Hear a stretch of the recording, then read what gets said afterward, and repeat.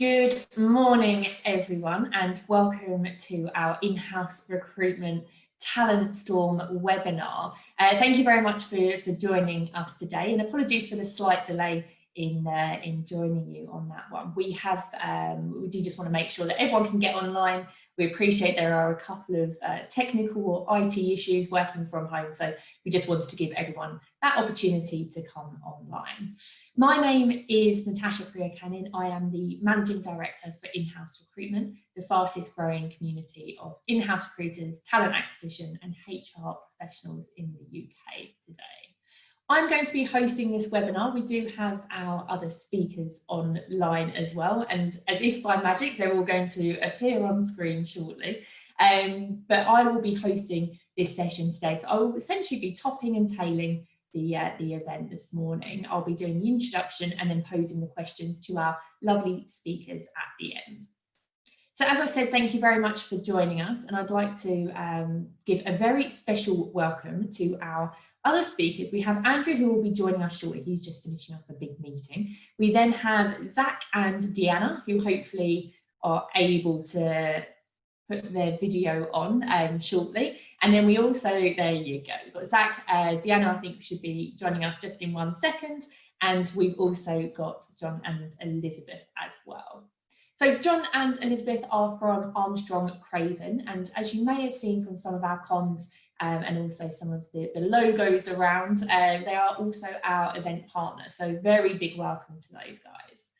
For those of you who don't know who Armstrong Craven are, I'm sure John and Elizabeth might go into it in slightly more detail, but they are your global partner in talent mapping, pipelining, executive search and talent insight. So they've got a lot of knowledge, a wealth of knowledge, a lot of insight, and they're hoping to share it with you today.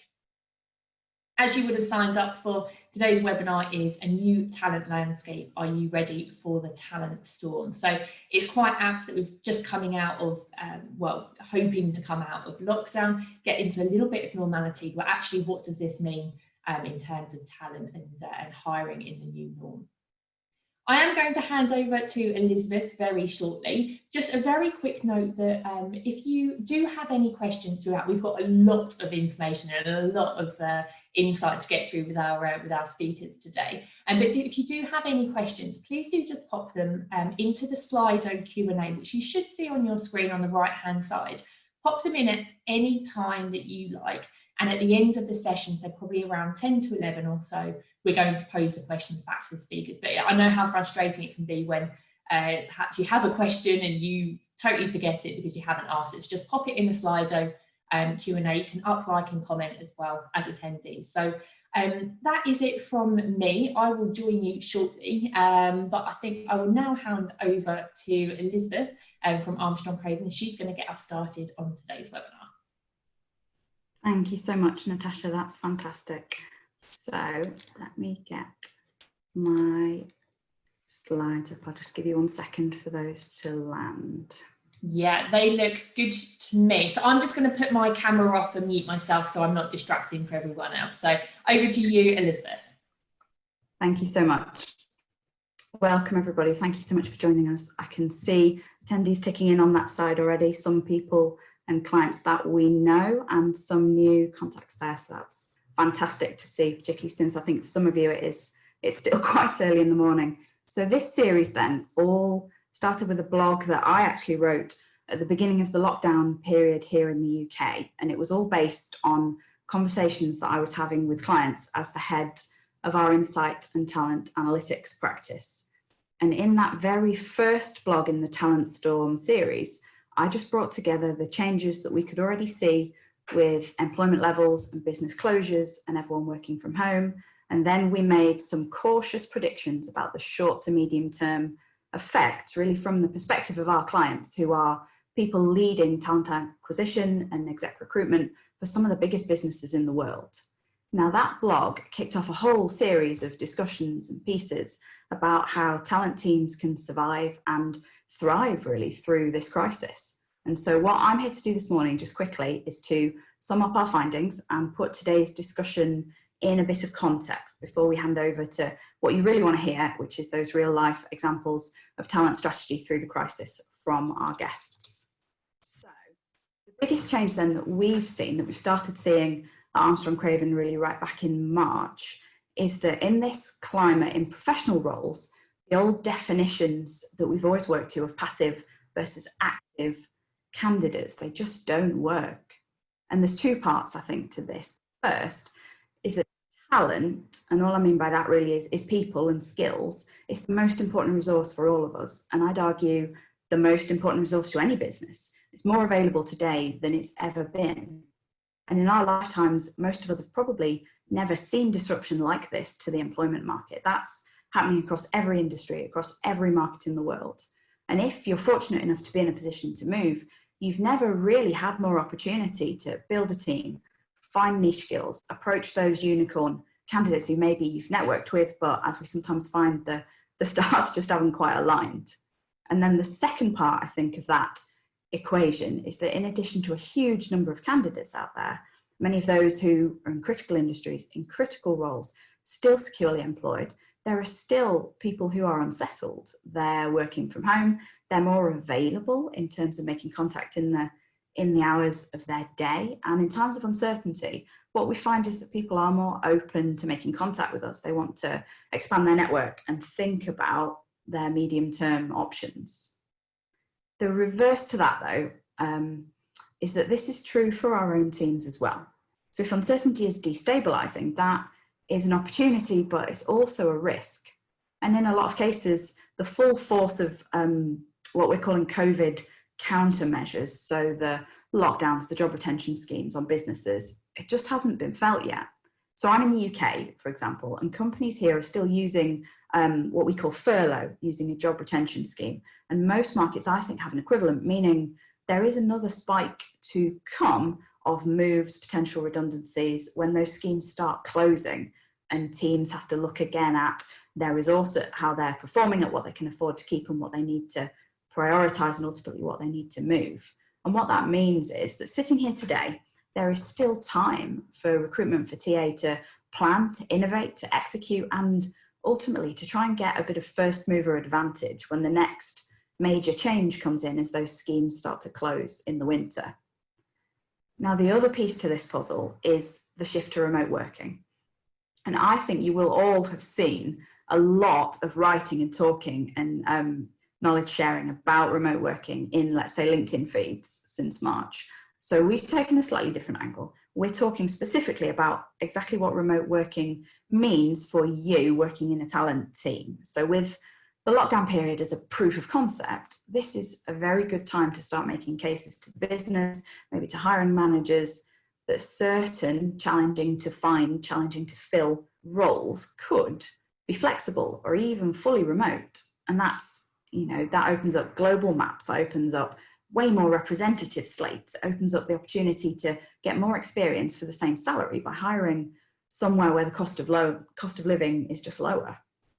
However, what we are starting to hear at Armstrong Craven out in the market is that there is more awareness. This period of working from home in corporate roles, which for us at least, again, we're in the north of the UK, which happened quite suddenly, it might not be a perfect proof of concept, because the biggest challenge that you read about still, it's leadership, it's management in a fully remote setting. And most of us, if we're doing that, we're doing it based on a network of established relationships. So in most cases, that'll be after months and years of relatively frequent face-to-face contact. As many of you will know, 4 months in, a completely remote process, so end-to-end from approaches to hiring to start date, it's a very different animal. To take advantage of the opportunity to go further, to find better candidates, we need to make sure that we've really got the skills and infrastructure. So we need good managers, great leaders, stronger soft skills, and also processes in place for very rigorous onboarding to try to recreate not only the formal elements, which I think, you know, that is less challenging, but also trying to recreate coffee machine chat, water cooler chat, if there's no office environment. Now, the very last thing that I just want to touch on before I hand over to our panel of guests is employer value proposition. So Armstrong Craven makes contact with hundreds of candidates every day, across regions, across functions, across levels, and consistently, since the start of the crisis, they are viewing potential employers through the lens of how they've responded in terms of people practices. So employees are interacting more with their networks from home, they're leaning on social media, they're perhaps feeling less connected to their companies, and everything they share about where they work is EVP. So it's critical to get the storytelling right. It's practical and emotional support. It's focusing on wellness. It's being transparent about performance and projections. And then it's fairness, showing that we're not concentrating the brunt of the necessary cost-cutting activity on our youngest, our newest, our least senior, but maybe also most vocal employees. And I think you know when a company is getting this right, because even when they're having real challenges, even when they're having to make redundancies, and for some industries, of course, this is that season for a lot of businesses, they're able to send people out the door with a positive message about how much effort the talent team put into working their networks, to supporting them, to advocating for them, and then ultimately finding their next step. And so really, the last takeaway from me is that we have to be, and we can be, agile enough to revisit all of our collateral around employer brand, just to make sure that we're current, we're on message, and we're really telling those stories effectively. So that's all from me. That's just where we started this Talent Storm series. And so now we're going to hear from our guests, who are just all in such a great position to share real life examples of exactly this kind of talent work throughout the crisis. So I'm going to pop their profiles up, and then I can hand over to John. Now, John, my colleague who's on the call, is a global client partner with Armstrong Craven, and he's going to be leading this discussion for today.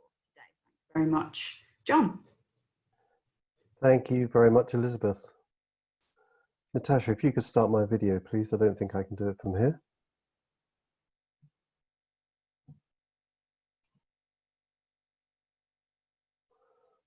Okay, Natasha, when you're ready, the video would be great. Thank you. Fantastic. Thank you, Elizabeth. So I'm John Salmon, Global Client Partner with Armstrong Craven. Thank you, Elizabeth, for the summary of the first Talent Storm blog that the Armstrong Craven Insight and Talent Analytics team shared. And it was really, as Elizabeth said, their analysis of the data and made forecasts around talent at the beginning of the pandemic. To discuss this further and give up-to-the-minute insight and practical advice, Armstrong Craven are delighted to be joined by a stellar cast of leaders from the boardroom, from talent acquisition, and from HR. First up, we have Deanna Oppenheimer. Deanna and I first met when she came to London to join Barclays as CEO, first for the UK and then Europe.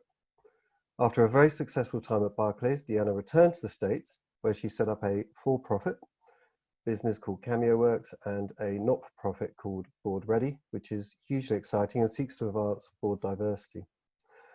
Not one to sit still alongside those responsibilities, Deanna also has a portfolio career of non-executive directorships and chairmanships, helping a number of companies that we all know and respect. Alongside Deanna, we have Zachary Simon. Zachary is the Global Head of Executive Search at Ahold Delhaize, a major food retail company with operations in the Benelux, Central Europe, and the United States. Zach started his executive recruiting career in 1996 and ventured into his first in-house role in 2003 as BPM Manager for Executive Talent Acquisition at KeyBank, and since then, his career has taken him on a journey through some very different organizations and challenges. Zach spent 7 years at Eaton Corporation as Director of Global TA, which included successfully leading his team through the 2008 crisis. Following Eaton, Zach and his family relocated to Amsterdam, where prior to Ahold, he joined Royal Philips, where he spent 5 years as Global Head of Executive Search Services and was instrumental in the transformation that TA took. Rounding out our panel is Andrew Stevenson, who will be joining us later, straight from a board meeting. Andrew is a highly influential HR director and currently leads HR at Waterstones in the retail sector. Andrew has significant experience in organizational development, change programs, reward, talent, and performance management. Andrew's career has seen him lead organizations such as HR at organizations such as Lookers, DFS, and Vodafone. Teams under Andrew's stewardship have won numerous awards, and in 2017, Andrew was awarded CHRO of the Year for the EMEA region by HRO magazine. As well as his current role at Waterstones, Andrew is also trustee and people chair at Citizens Advice.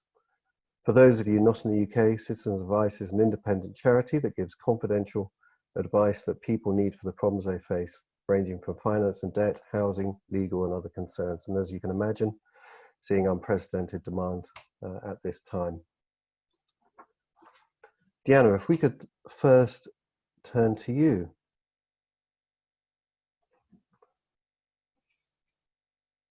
Hi, thank you very much for joining us.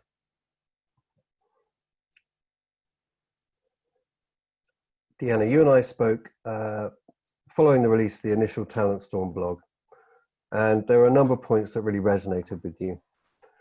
It'd be great if you could tell us more about that and the key themes and challenges you're seeing unfold during this current crisis for the broad range of organizations that you advise and lead. Thanks a lot. And it's a real pleasure to be here. Armstrong, Craven, it's terrific that you are hosting this webinar because talent is always topical. But through this COVID crisis, I think has been one of the most radically adjusted. And so it's very timely, and I think you can tell that from the caliber of the panel as well as the turnout to be with us today. So I've had the opportunity to have a long executive career, a lot of non-executive directorships. I've started, as was mentioned in the earlier comments, for-profit and not-for-profits. And I have to say that through all of that experience, talent has been really the secret sauce. Now, I'm not much of a cook, so that is an interesting analogy that I kind of choose to talk about. But I do have to say that now more than ever, when we have gone through such unprecedented times, it's going to be the talent that makes or breaks the organization. And so when I read Elizabeth's blog about the impact of COVID and jobs that she just outlined for you earlier, it really struck home to me. And I spent a lot of time sending that here and far to many CEOs and many C-suite people and a variety of different boards and companies that I worked with, because the quote that really struck home with me is that at the end of all of this, we're going to have millions of people without jobs and millions of jobs without people. And when you sit and think about that, that's the really dramatic point that we're looking at right now. And we've barely scratched the surface of that opportunity. So when we look at, again, this opportunity, is it going to be for you and your company? Will that be an opportunity? Or is that going to be a massive risk? And I think that the choice is yours, but I think that this is going to be one of the defining moments of separating the real winners coming out of this crisis from those who are not as fortunate. So if I look at this topic, it is extremely topical in the boardroom now. People are very, very focused on talent. And if there's three key takeaways that I guess I would see, it would be these. The first is, as Elizabeth alluded to, is that global talent reassessment is happening right now. This isn't something that we're going to wait until we come out of a Zoom and Teams environment. It's happening right now. Its companies are really assessing, what do we need? Where do we need talent? Are we going to change the way that we house talent? And a variety of different factors that are decisions being made right now. From the top talent, what do I really want to do with my life now that I've been through this? What do I really value? What are the things that maybe I want to keep doing, but new things that I want to be adjusting? So when you look at that whole dynamic, it's as changing, it's as evolutionary as it's ever been. And I think that that gives, again, great rise to number two, which is my second point, is that the ways of working have been radically adjusted, and radically adjusted in a period of days and weeks. Now, it seems to me, as I've gone through these last few months, that every day has kind of transformed and been like a year that we've lived through. And I think a lot of people have felt that way as we've been zooming through the days. Mm. But it is interesting because I'd have to say that I was talking with a CTO from a global bank, and he sat there and he said, you know, Deanna, we've been working for 2 to 3 years on trying to get remote working at home. And I know that many companies were trying to do that on the horizon, and how would it work? Could it work? Would it work? Literally, people enabled workforces, 95% of the workforce, to be at home within a period of 2 weeks. So again, when you look at that kind of a radical change, that's another trend that is offering a big opportunity. Now, I think it's too soon to call. Are we all going to only be at home? Are we all going to only be in the office? Is it all going to go back to the way it is? Is there going to be a new normal? And I think there's going to be a lot of different things, and it's going to settle somewhere in the center. But the reality is we will not be working the way we worked before, and that will open up new opportunities and new risks. And finally, I guess, the third point that I would say is that this is all going to happen with a triangulation of 3 things are going to come together. All you have to do if you live in a city is look out your window and open it up and listen. And for those of us who, I divide my time between cities in the US and London, wherever you are right now, it's much quieter, it's much cleaner, and the environmental impacts have been dramatic. So the environment is going to play into this decision of, do we go back and commute exactly the way we did before? The second thing is going to be health. Are we done with every pandemic? Are we going to be able to really ensure that there's never another coronavirus that comes along quickly in our lifetime? Now, hopefully we'll be better prepared for it. Hopefully we will have more medical breakthroughs.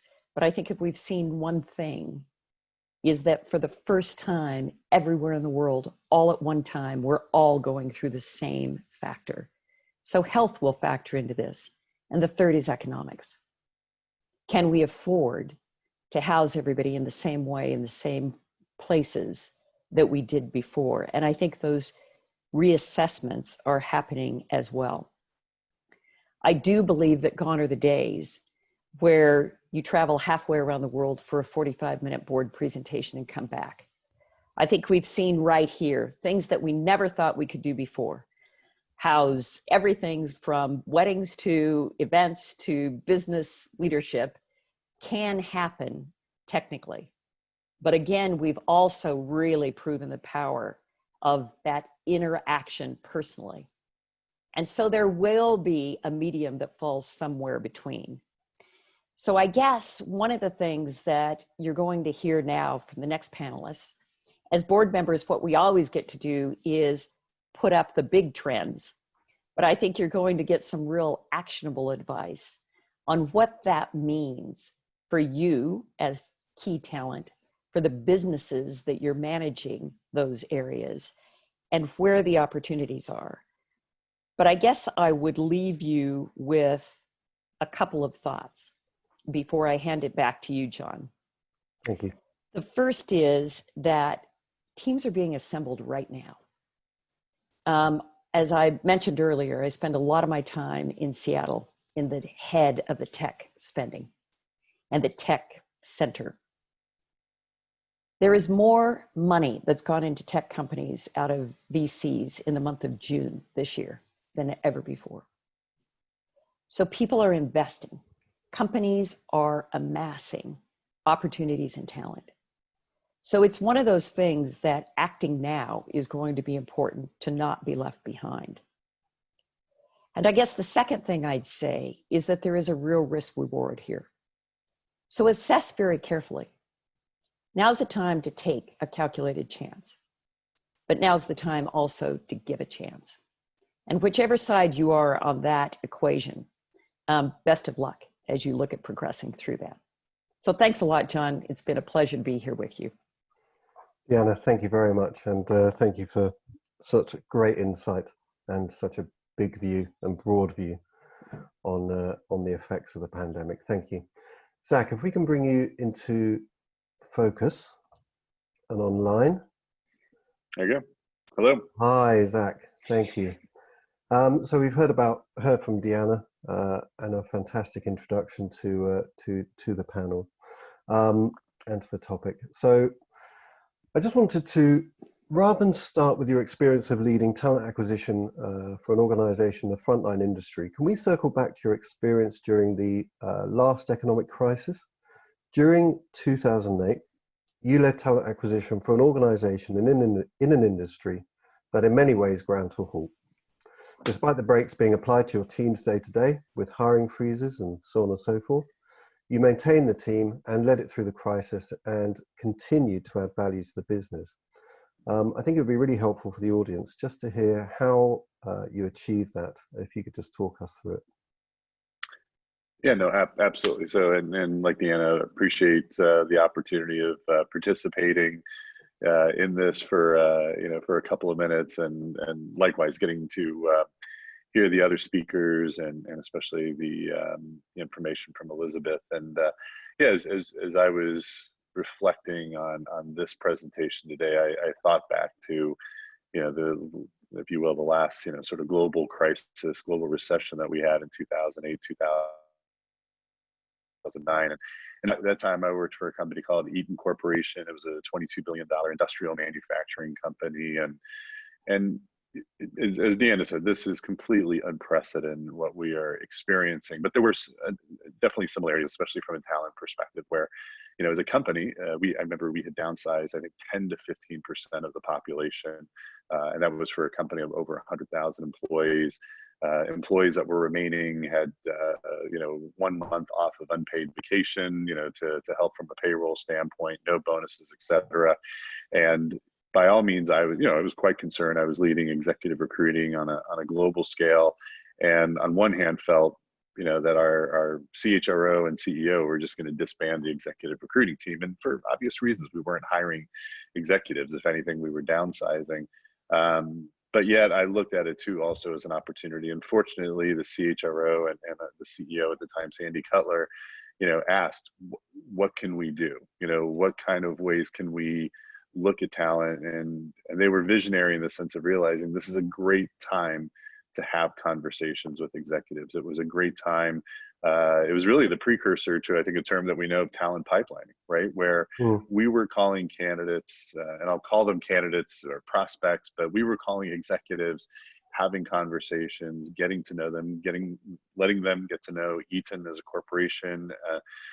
Individuals were definitely listening more. It wasn't that they were necessarily looking, and I agree with Elizabeth of the whole dynamics of active versus passive candidates, and we may talk about that a little bit later as well. But what it was doing was so many different things. We were building relationships, really in some cases with executives we may not have had an opportunity to talk to before. I mean, we were going after the big fish. We were talking to people at a General Electric, a UTC, a Honeywell, companies that were much, much bigger than ours, individuals who, clearly had stellar careers, but from an EVP standpoint, it was amazing. And I didn't realize this at the time until we started, hearing back from the conversations, but executives were incredibly impressed that we were still recruiting, that we were still having these conversations. And what it did is, it was, probably about 12 solid months. And then I think, the second, in 2009, things started loosening up a bit, but, I don't want to give the impression like our time to fill went from 120 days to, to 30 days, anything like that. But, we come out of it, smarter about the companies, about our competition, about the culture. We had a much bigger database of talent. We had stronger relationships with candidates who, at a certain point, were then willing to, listen and consider other opportunities. And like I said too, from an EVP standpoint, it also allowed us to, as a brand, as a company, that a lot of companies can talk about talent and how committed they are, but as I think we all agree, actions always speak louder than words. And the other thing too is we also took during this time, it wasn't just myself and my team having these conversations, but we were conducting a number of exploratory interviews for the other executives in the organization. So that way, they were able to see the benefit. So it wasn't just getting resumes and building a database, but they were having conversations. They were getting to meet other executives, understand some of the things that they were going through. But so when we came out of it, we were very well positioned internally, but externally as well. Great. So really taking the opportunity to build those networks and to gain insight ready for the uptick. From one crisis to the current crisis, you clearly find yourself in a different business environment with very different challenges. Ahold, a major grocery retailer, very much at the front line and having to keep the lights on. From our conversations in the past, I understand that business as usual has really accelerated. It would be good to hear about, perhaps priorities and strategies and how that has changed, but also you touched on there sort of around current candidate mindset, active and passive. Given the heightened sense of insecurity in the current environment, how have you found that? What's your feedback on sort of candidate mindset and those areas? Yeah, it's a fascinating time to interact with candidates, whether they're active or passive, employed or unemployed, and these terms. I mean, they can mean so many things to so many different people in different situations, and we've had to, myself and my team have had to focus on two things. One, really consulting with our hiring managers. Really, and to be honest, and I think a lot of us are probably hearing this or feeling it, where hiring managers think this is the easiest time to be in recruiting, right? It's a term I think we use in the US is shooting fish out of a barrel, right? Because who's not going to take your phone call? And yes, there's going to be this surplus of individuals that are looking for jobs, that are listening, and on one hand they're partially correct. There's no doubt about it. The unemployment is what it is, and that's a fact. But I've always, I don't know if I call it a philosophy, but I've always felt, great opportunities find great candidates. And, it's still even more imperative. And I think Elizabeth talked about this earlier as well, the candidate mindset. Yes, even for those who are unemployed, there's going to be some that, need to get jobs, need to get paid. I absolutely understand that and respect that.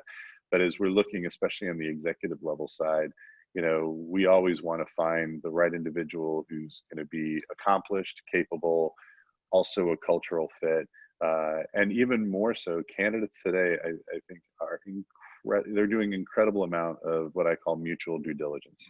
As we're assessing candidates, they are assessing us, companies, even more so. And I think Deanna mentioned this too in regards to, companies with a purpose, with a mission. Executives are not looking, even in this environment, they still are not necessarily looking for jobs, they're looking for careers. I want to make sure that they are, and even those who are fully employed. I was working on a search recently and had a candidate from Hilton Hotels, right? A great company, a company well respected, but going through, incredibly challenging times right now. But even this individual was being incredibly thoughtful in regards to the role, how it was structured, sort of the phrase, the devil you know versus the devil you don't know. And Hilton has done a great job of showing strong employee value for their current employees and even those that they're furloughed. So it really becomes even more imperative, I think, the great recruiters who have the ability to properly assess talent, whether they're active or passive, but also the ones that can really build authentic relationships with candidates and guide them through this process. Even as part being in-house, I think client or candidates have the perception that my loyalty is to the company because that's who I'm employed by. But I think they understand very quickly, whether it's myself or someone on my team, that we absolutely want this to be a win-win situation. So we're very thoughtful to where the candidates are coming from, the dynamics that they're experiencing professionally as well as personally, working from home, etc. But I think as we have those conversations, candidates appreciate that, we want their best interest in mind, and then we want to make sure it's the right landing spot. So I think there's more hand holding now than ever before, but it's completely understandable. Yes, thank you very much, Zach. That's great insight into how to repurpose talent teams. and really useful advice. Thank you very much. Andrew, thank you for joining us. It's a pleasure. Thank you very much. I understand you've rushed from one meeting now to our webinar, so we're delighted to have you. Yes, this new world, though, is it's not very far between meetings. No, exactly. You didn't have to go too far. Broadly speaking, I'm not sure at which point you joined, but we've been looking at the importance of talent, generally the importance of, acting now and, risk versus opportunity. As I think you were online for Zach, looking at, really putting a lens onto sort of talent acquisition. As an HRD for Waterstones and trustee for Citizens Advice, you're working through very different HR and leadership challenges, working in two remarkably different organizations and environments. So, as COVID has called it, non-essential retail, with stores closed during lockdown, and at the Citizens Advice, which is obviously facing unprecedented demand for its services. I think it's fair to say that COVID-19 has really sort of demonstrated the fragility of the systems and structures that we take for granted. Pre-COVID, business resilience was already being tested by things like accelerating tech, growing inequality, climate change. We see the business environment is becoming more dynamic and unpredictable. And COVID-19 has really amplified this with an unprecedented health, economic and social crisis. Many business leaders are planning on rebuilding their organizations to be more resilient. Given your HR leadership roles, guiding two very different organizations through this crisis, how have you dealt with the immediate challenge, and how do you see the role of HR in building resilience and mitigating risk? Yeah, I mean, I think to give people context, the two organisations unbelievably different. So my exec job, Waterstones, we have effectively hibernated the entire business. We had 92% of the organisation furloughed at one point, and then we've brought it back to life and now have most of that working across the UK and Europe. So that compares to Citizens Advice, where we had an explosion of demand across all manner of topics, from health advice to benefits advice to job security advice to debt advice. And our primary delivery mechanism for that advice was historically face-to-face, which suddenly wasn't available. So two organisations. And yet the challenges in many ways, when you look at it strategically, were actually very similar. And one thing you alluded to in the question that struck me enormously was our element of risk management within HR and people. We would very often have very nice succession plans that would talk about who was your successor, and they would be available in 3 years, 5 years, 7 years, and you might have the odd one or two now. And here was a crisis where there was the potential, and in some cases the reality, of a reasonable number of senior and important people not available instantly because they were self-isolating and so on. And suddenly you realise that plan is just clearly not fit for purpose.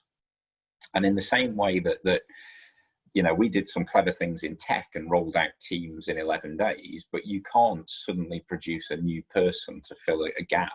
So that leads to a whole new thinking of how you manage your structures, and whether you have much more people available to come through at different times, and whether you have a much better understanding of who's externally available within your organisation, and how much you keep a market mapping up to date. Now, fortunately, we were able to do things quite quickly, but again, in both organisations, we've taken the opportunity to get on the front foot, as I think your other speakers have talked about, and to actually do some talent acquisition. And again, while the organisations are different, you find similar themes coming through. So the first one is clearly geography. While in senior roles in particular, it was very often acceptable to have some degree of remote working, it was always that, some degree. And there was a desire to suck people into offices in central London very, very frequently. Suddenly you find that that's not entirely necessary, and people can manage very effectively in this route. And as I've talked to lots of senior people, they're saying, I've got no desire to go back to that world. So if you're prepared to open your mindset geographically, you suddenly find there's a very different pool of talent available.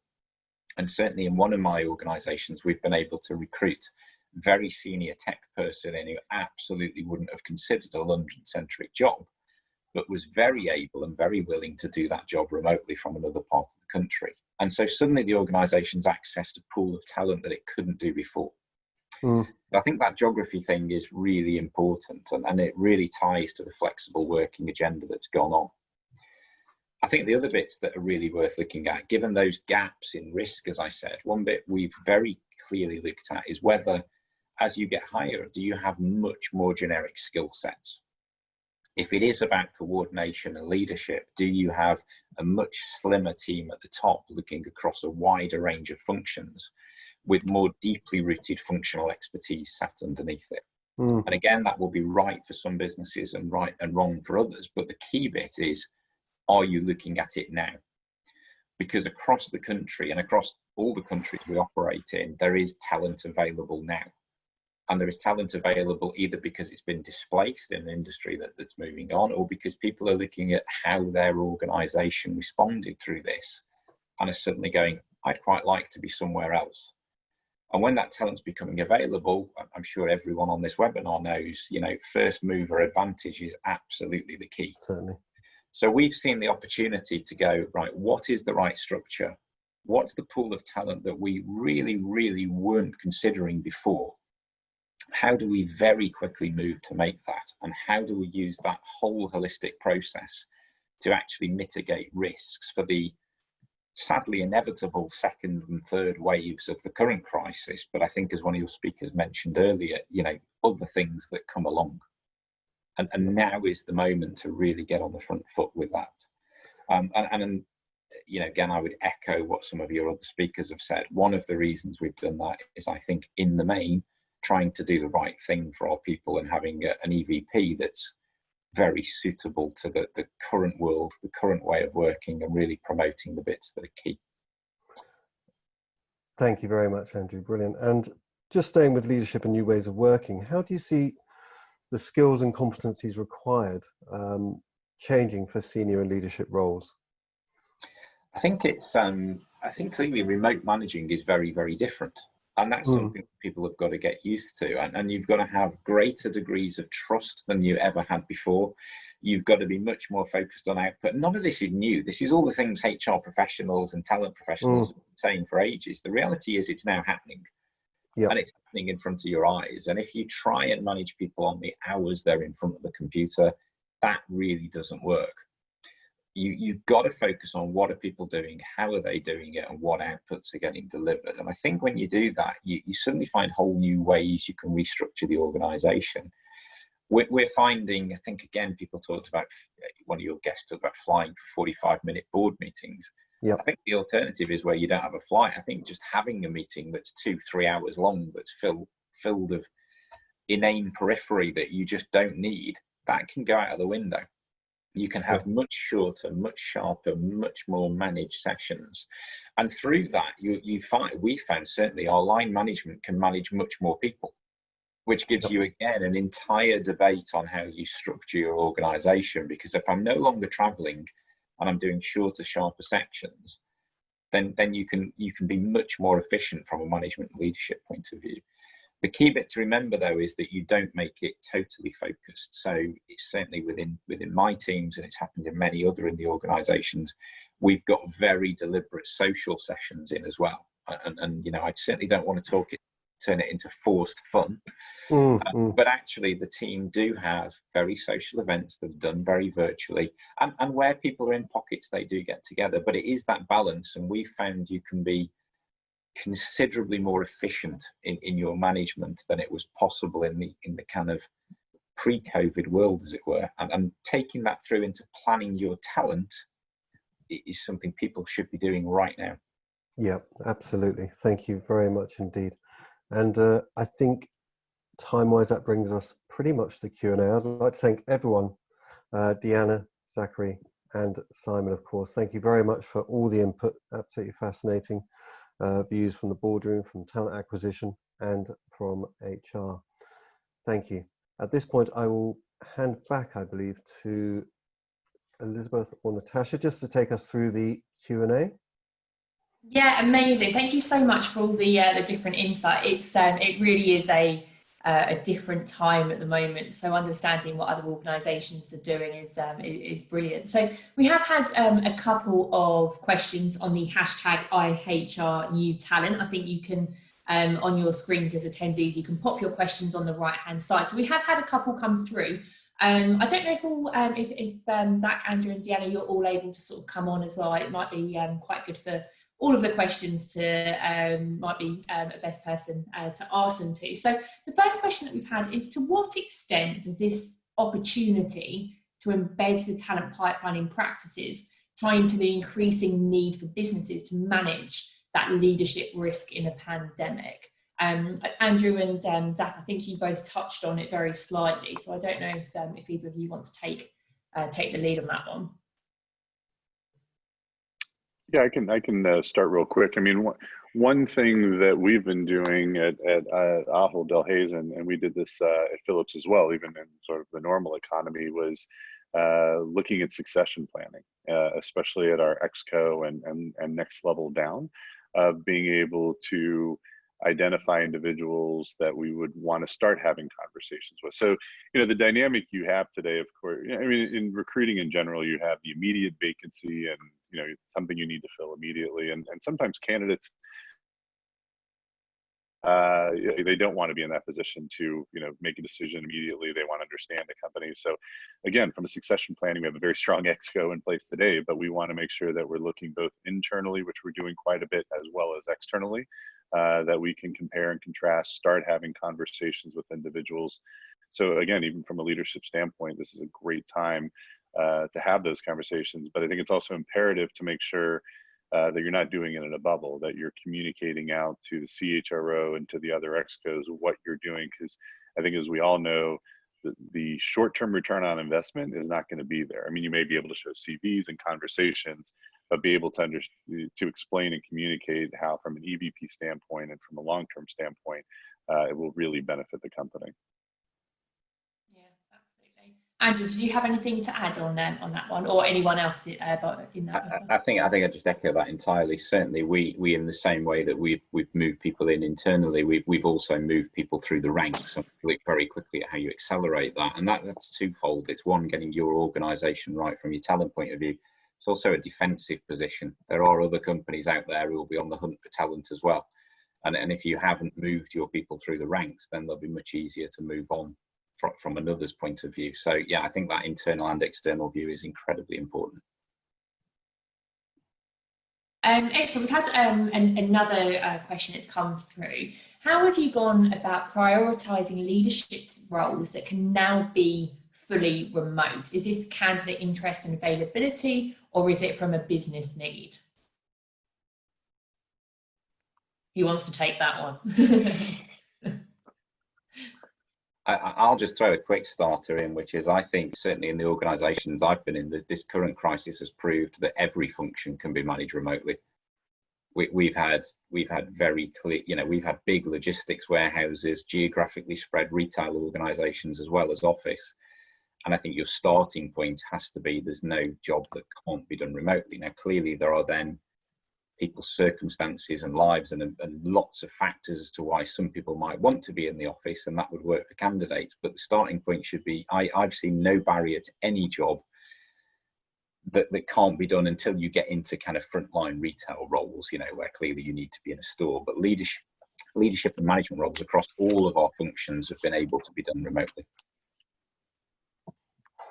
Yeah, you know, I would add to that too, where, you know, one of the things I think we focus at Ahold Delhaize is on emotional intelligence and executives that are, you know, can deal with adversity, flexible, adaptable.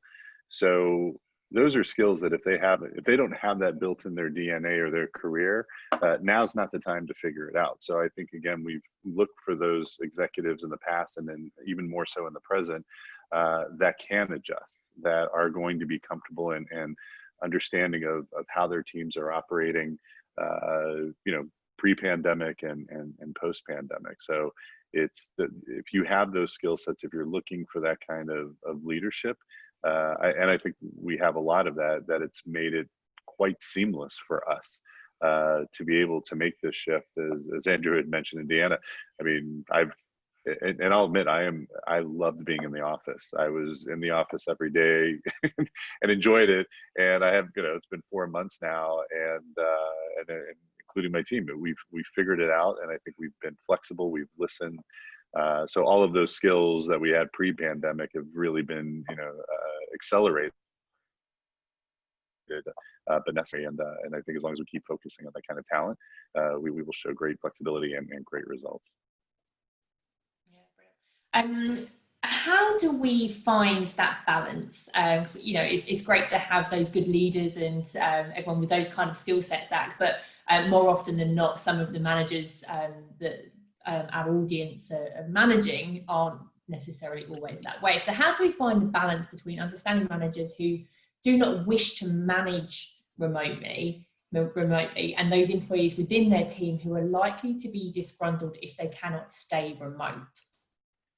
It's a tough one. Yeah, no, that is. It's I'm trying to think of the best way of answering that, but on one hand, as I mentioned before, I think as you interview candidates, and understanding leaders and even managing managers is how we all deal with adversity. Even though in many cases, I think working from home, many people, including myself, have found benefits to it. I had a 45-minute commute, which was fine for me. And, that's gone. And I've been able to, make that time more productive personally as well as professionally. But again, I think it's looking at how executives deal with adversity, how they deal with, flexible situations.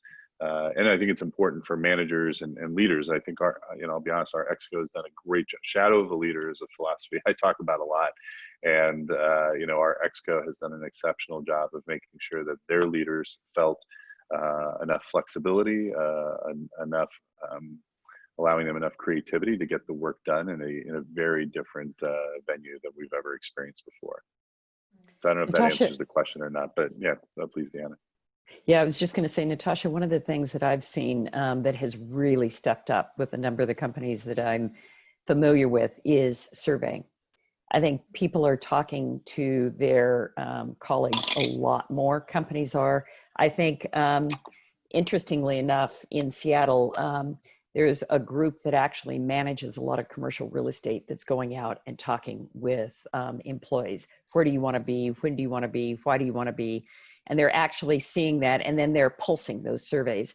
So it's not whether it's anything from engagement to across the piece. It's not the once a year and done. It's literally doing different segments and getting representative samples continually pulsed through to understand that. We've got 2 more questions, which are both brilliant questions. So I'd really like to ask them. So we'll try and get through them in 3 minutes. Nice little challenge at the end of the session. How have businesses made sure talent still have a key hand on diversity in your talent pipeline? Obviously, it's a totally different scenario, but is diversity still at the forefront of everyone's mind at the moment in that talent pipeline, or is that sort of gone by the wayside a little bit at the moment? Andrew, I can see you just unmuted yourself. I don't know if you want to take that one. I was going to say, I mean, given other things that are going on in the world and the particular focus on Black Lives Matter, I can certainly speak for the organisations I've been in that EDI is more prevalent than it's ever been as we do the talent acquisition that we've done through the business. So I don't think it's slipped by. If anything, for a slightly unrelated reason, it is massively accelerated.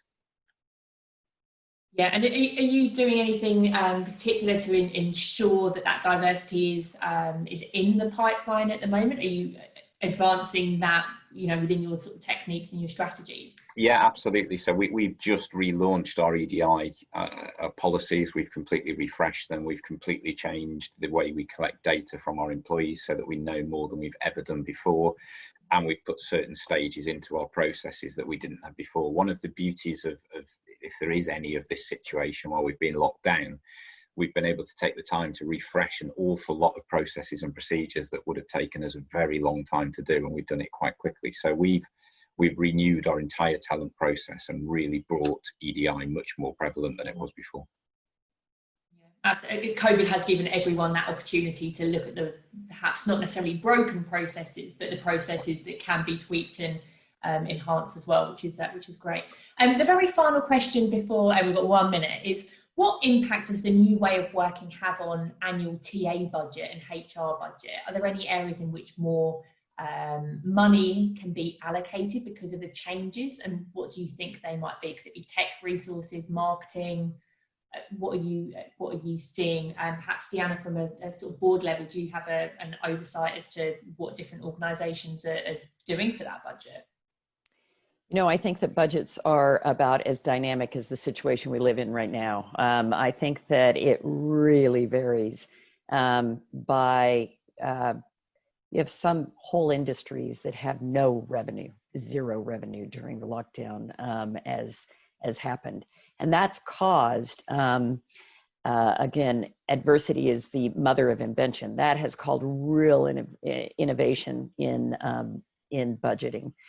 If the question there is you would like more budget, I think that the focus has to be on outcomes, on what is really that doing to generate either the things we've talked about today, more financial results for the company, more purpose for the company, things that are tangible, that are really coming through at that point. And I think that's what you're seeing. Gone are the days where you just had this budget last year and you get a 2 to 3% increase just for the cost of living going on for the next year. Absolutely, excellent. Well, ladies and gentlemen, I think that is all we have time for, and we are bang on 11 o'clock. So we are running a tight ship here, which is, for anyone that knows me, is probably one of my forte. So very pleased to have had all of you join us today and share your insight. I think we could probably have a number of conversations going on for a lot longer, but it was really insightful to understand what you're doing and what you're seeing in the market as well. As we said, different individuals and different companies are doing very different things at the moment. Deanna, Andrew, Zach, John and Elizabeth, if anyone wanted to reach out to you to perhaps ask a more specific question to their business needs, are they able to reach out on LinkedIn or any other way? Does that work for you guys? Or do you just not want any more questions? You done? LinkedIn is always great.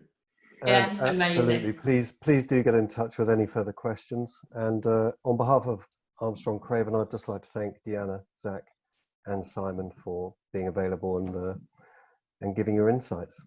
Thank you very much. Yeah, thank you to all of you. And we do have a quick survey just running on the right-hand side of your screen if you've gone through the Slido link. It just gives us a little bit of info about the session, so it'd be really helpful for you to complete that. As we said, and as John so lovely said, thank you very much to our event partner Armstrong Craven, and to all of our speakers as well. We really can't run these events without any of our speakers, so thank you very much for all the insight.